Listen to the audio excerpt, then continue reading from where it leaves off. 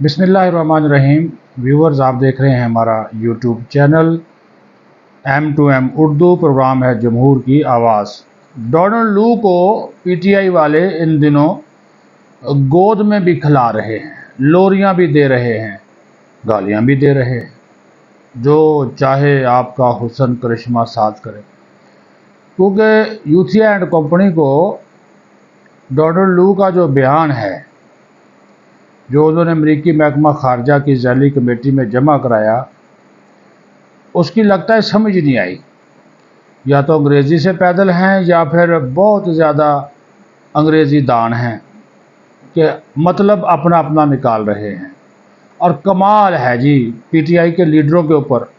बाबर अवान कहता है जी साइफर अगर नहीं था तो इमरान खान को क्यों सज़ा हुई। गंडापुर कहता है कि साइफर साजिश नहीं थी तो बानी पीटीआई को सज़ा क्यों दे दी, वो जेल में क्यों, उसको बाहर निकालो। बैरिस्टर गौहर कहता है हाँ भाई साइफर था और उसमें अब जनाब असद मजीद को तलब किया जाए। डोनाल्ड लू झूठ बोलता है।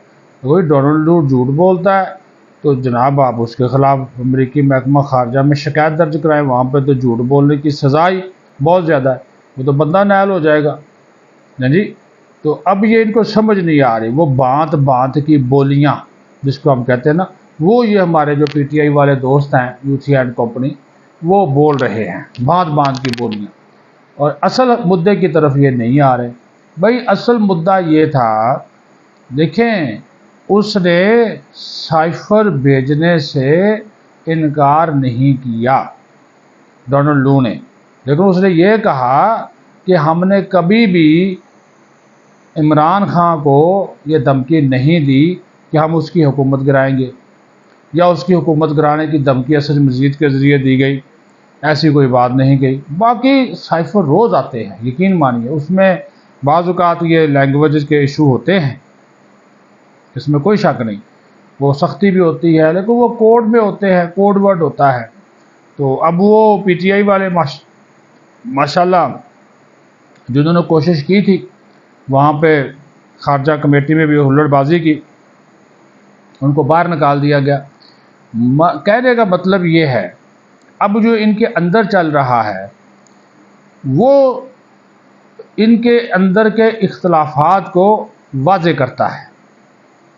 जो इनके अंदर चल रहा है वो इस वजह से ये मैं बात कर रहा हूँ कि जो चीज़ें ये देख रहे हैं, ये सुन रहे हैं, अपने आँखों से देखने के बावजूद सच को ये जुटला रहे हैं, वो अखीर है।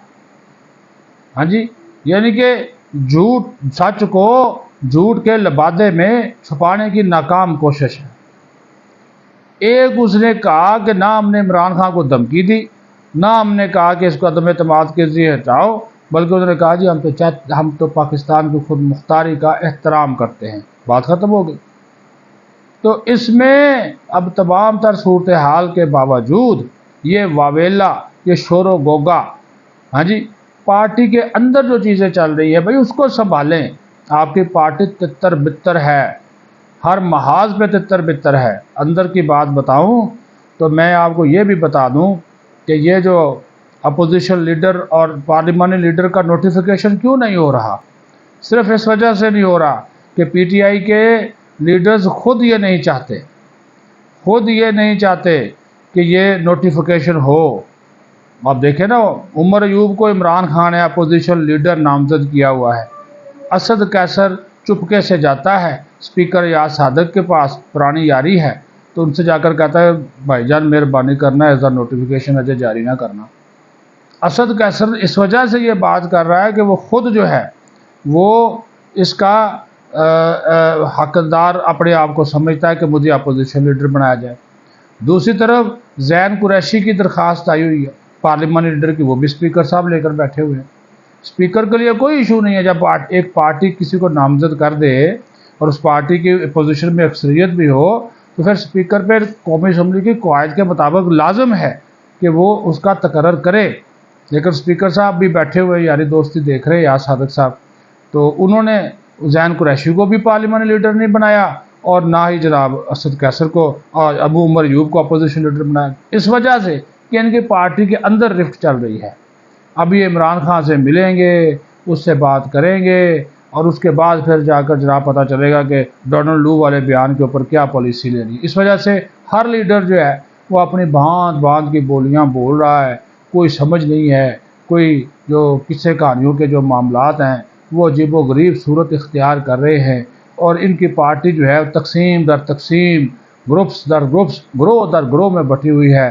ہر بندہ اپنے آپ کو لیڈر سمجھ رہا ہے، اور یہ دیکھیں منہ کی کھانی پڑی نا، منہ کی کھانی پڑی، کہا جی وہ انتخابی دھاندلی ہوگی، اس میں بھی منہ کی کھانی پڑی، سائفر سازش میں بھی منہ کی کھانی پڑی، بھی پورے الیکشن کو ریگڈ قرار دیا تو پورے الیکشن ریگڈ تھے، یعنی کہ دھاندلی زدہ تھے، اور جب وائٹ پیپر جاری کیا تو اس میں صرف 40 حلقوں کا ذکر ہے۔ بھائی کسی ایک بات پہ تو ٹک جاؤ، کسی ایک بات کے اوپر تو رہ جاؤ، لیکن کیا کریں، جو بانی ہے، جو قبلہ و کعبہ ہیں ان کے عمران خان صاحب، وہ یو ٹرن کے مہاکنگ ہیں، تو ظاہر ہے پیچھے پھر پیروکار اور ورکرز ہیں، وہ بھی یو ٹرن لیتے ہیں، تو پھر بندہ کس کو دوش دے، کس کے ساتھ جو ہے وہ گلہ کرے۔ بہرحال یہ چیزیں تھیں، میں نے کہا ذرا تھوڑی سی اندر کی باتیں بھی آپ کو بتائیں نا، ان کی پارٹی کے اندر چل کیا رہا ہے۔ اپنا خیال رکھیں، بہت شکریہ، پاکستان زندہ باد۔